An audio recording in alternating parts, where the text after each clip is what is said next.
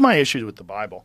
I think the Bible is a historical account of something. Yeah. And I think one of the real problems with the Bible is as you get older and older with the Bible, things get weirder and weirder.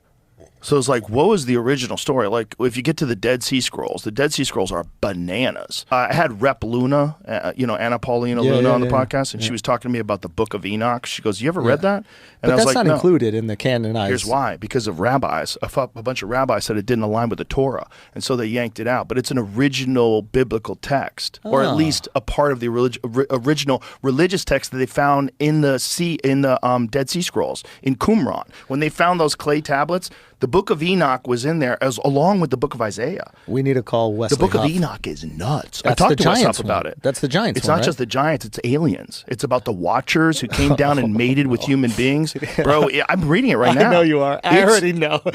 Bananas. Wes Huff would be the guy to ask wait a all minute. these questions. Enoch was included in the Old Testament. Oh, it's old as fuck. Oh, okay, Not only is it old as fuck, when they found it, they also found a version of the Book of Isaiah. This is one of the things that Wes Huff told me that was really fascinating.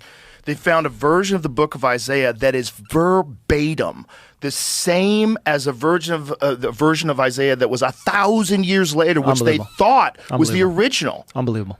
That's what's crazy. For 1,000 years, they maintained the exact same story verbatim, writing it down and passing it on.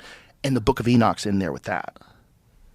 And the Book of Enoch is bananas. Yeah, I think we might need to do a little deep dive on the Book of Enoch. The Book of Enoch, it says that these Watchers came down and mated with human beings and created a race of giants called the Nephilim who consumed and destroyed everything in front of them. Gee, that sounds like people. That sounds a lot like people. Yeah. If you got a bunch of little chimps and then you got these tall aliens and they make a fucking 7-foot man, a Viking, who's like chopping off heads and lighting villages on fire and has this unstoppable desire for conquest, that's humans. Well, the question is like, where did humans come from? This is the real question. Of the Bible story back in the day, I used to have this bit about Noah's Ark. I was like, the problem with the Bible is people are full of shit and that story sucks. Yeah. Like, it's that simple. It's like people lie all the time.